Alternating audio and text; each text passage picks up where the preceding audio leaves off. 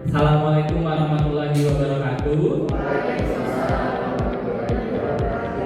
Perkenalkan, saya Beni Putra Pratama, mahasiswa S2 di FN Universitas Sriwijaya tahun 2025. Di sini saya ucapkan terima kasih atas kehadiran dari Bapak Ibu dan adik mahasiswa yang sudah menghadiri kegiatan presentasi dari saya mengenai kebijakan publik.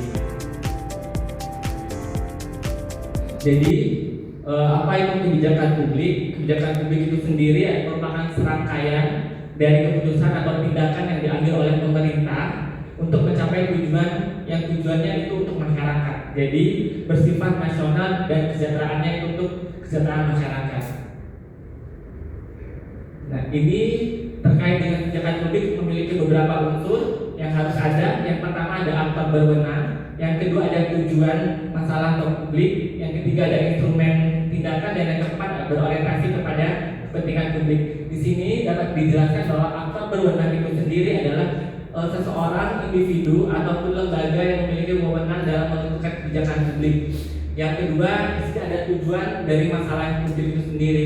Jadi di sini dapat kita identifikasi apakah masalah-masalah ini adalah masalah individu, personal, ataukah masalah ini adalah masalah yang muncul di masyarakat. Yang ketiga ada instrumen tindakan. Instrumen tindakan ini adalah dasar-dasarnya atau pedomannya dari unsur dari kebijakan publik itu sendiri. Yang keempat berorientasi kepentingan publik. Jadi di sini orientasi kepentingan publik itu maksudnya bahwa kita itu dalam kebijakan publik itu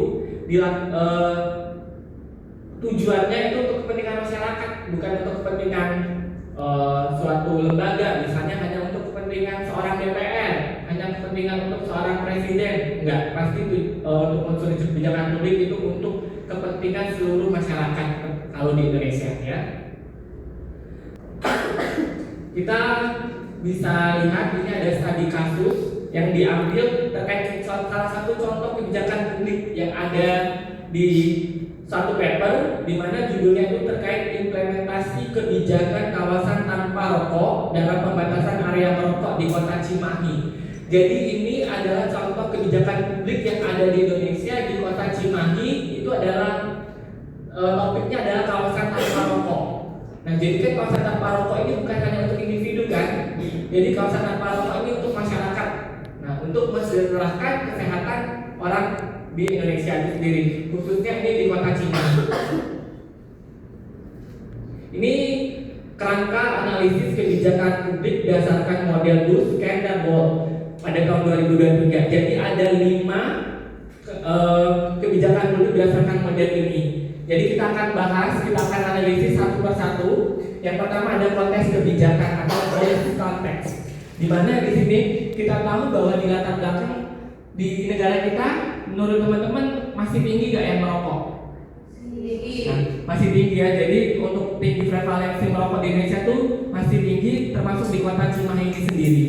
Dampak kesehatan dan ekonomi terhadap merokok itu, terutama pada perokok pasif itu juga masih ada. Yang kedua, ini adalah kerangka yang kedua yang kita analisa adalah proses kebijakan atau policy proses, di mana ada 3 hal yang kita bahas. Jadi teman-teman di sini bisa kita lihat ada formulasi kebijakan. Tadi sudah dijelaskan ada perdanya, ada sanksinya, sedang ada implementasi kebijakan. Jadi pelaksanaan dalam proses kebijakan itu disosialisasikan oleh mereka melalui brosur, stiker, dan media lainnya, serta dilakukan pengawasan oleh instansi seperti Dinas Kesehatan, Satpol PP, Puskesmas, dan sekolah. Ini kita lihat dari kerangka yang ketiga, kita analisis aktor kebijakan atau policy actors, di mana aktornya itu sendiri, aktor pendukung itu kita bahas di aktor inti dulu, pemerintah setempat, puskesmas, sekolah, masyarakat itu yang berperan. Sedangkan aktor pendukung itu bisa dari pengurus masjid, serta tokoh masyarakat, tokoh agama. Sedangkan aktor penghambatnya itu masyarakat sendiri, dari masyarakatnya itu sendiri yang belum sadar terkait dengan bahaya rokok itu sendiri, serta didukung sama pedagang kita yang masih banyak yang menjual rokok, ya. Yang keempat, konten kebijakan. Jadi untuk policy content ini yang pertama, tujuan kebijakan ini kan dari awal sudah untuk menciptakan lingkungan yang sehat dan bebas asap rokok. Yang kedua, melindungi masyarakat di Kota Cimahi itu untuk terhindar dari dampak negatifnya. Instrumen kebijakannya ada larangan merokok di fasilitas umum, itu sudah dibuat, serta ada sanksi dan denda. Untuk kesenjangannya tidak meratanya penegakan aturan, jadi ada beberapa yang kena sanksi, beberapa yang enggak, jadi enggak merata terkait dengan sanksi. Serta di Kota Cimahi masih minim sarana terkait dengan CCTV atau petugas lapangan yang selalu survei di sarana prasarananya. Yang kelima, rekomendasi. Jadi dari analisis yang di Kota Cimahi itu, rekomendasi yang bisa dilakukan adalah penguatan komunikasi, peningkatan sumber daya, serta penegakan hukum yang konsisten, serta koordinasi antar aktor. Jadi aktor inti, pendukung dan lainnya itu harus koordinasi agar kebijakan yang telah dibuat itu bisa dilaksanakan dengan baik. Nah, seperti yang sudah kita bahas tadi, di sini kita akan bandingkan nih bagaimana kebijakan kawasan tanpa rokok di negara kita, Indonesia, dan di negara India. Nih, jadi teman-teman bisa lihat dari tabel ini perbandingannya. Untuk dari landasan hukum sama-sama ada, tapi yang bisa kita pelajari dari negara India bahwa di Indonesia itu perlu memperkuat kebijakan nasional agar tidak bergantung pada komitmen pada daerah-daerah tertentu. Jadi pemerataan kebijakan itu sangat penting.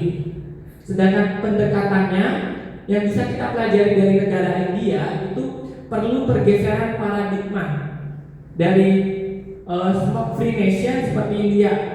Jadi ruang merokok itu diperketat, bukan normatif saja. Jadi memang kawasan-kawasan itu hampir semua tempat umum mereka tidak boleh merokok. Sedangkan kita ada beberapa tempat saja.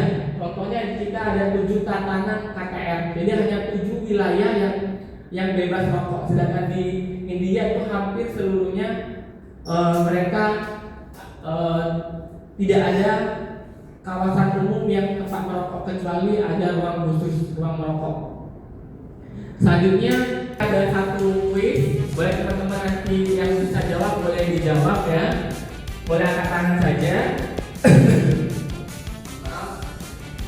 Ini salah satu quiz, nanti teman-teman boleh jawab, boleh angkat tangan saja.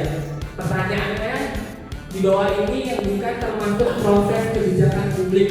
Tadi kan proses kebijakan publik tadi ada 5 langkah-langkahnya. Ada yang bisa jawab?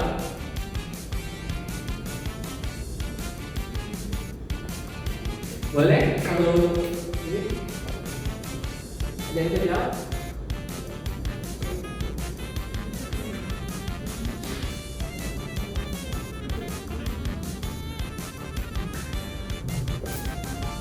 Jawabannya adalah B, Pak Abdul. Boleh kita namanya enggak? Nama saya Terima kasih Mbak Alia terkait jawabannya ya. Jadi jawabannya ada yang beda nggak dari teman-teman? Jadi sepakat nih jawabannya B, telah ajukan. Jadi kita cek ya. Ya, jadi jawabannya benar telah ajukan. Terima kasih.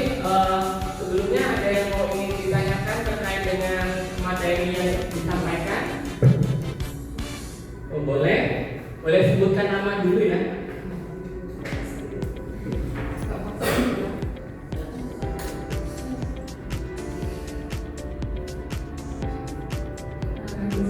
Saya dari Pembeli mau bertanya. Tadi kan ada tentang unsur kebijakan publik. Sana ada tentang aktor perwenang. Aktor perwenang itu sendiri apa? Oke, terima kasih. Pertanyaannya sangat bagus ya. Di sini saya akan coba jawab. Jadi terkait dengan aktor yang berwenang dalam proses kebijakan publik ya. Jadi di sini saya tampilkan dulu ya.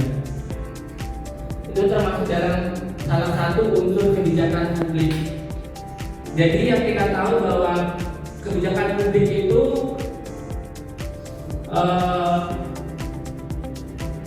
terdiri dari beberapa unsur. Jadi mbaknya nanya terkait aktor yang berwenang ya. Aktor yang berwenang ini adalah suatu instansi atau lembaga pemerintahan yang memiliki peran dalam pelaksanaan kebijakan publik itu sendiri. Jadi di sini ada individu atau lembaga yang menaungi kebijakan itu sendiri. Jadi kalau bisa dibaca lagi ada aktor inti, ada aktor pendukung. Jadi kalau aktor yang berwenang ini biasanya aktor inti, lembaga atau instansi yang membuat peraturan terkait dengan kebijakan publik ini. Apakah sudah jelas? Terima kasih. Ada lagi yang ingin bertanya? Apa sudah cukup terkait dengan materi pada hari ini? Oke, terima kasih Bapak, Ibu, teman-teman semua, adik mahasiswa ya sudah mendengarkan terkait kebijakan publik hari ini. Saya tutup. Terima kasih. Saya Benny Putra Pratama, mahasiswa dari Pascasarjana FKM Unsri. Wassalamualaikum warahmatullahi wabarakatuh. Boleh tepuk tangan semuanya.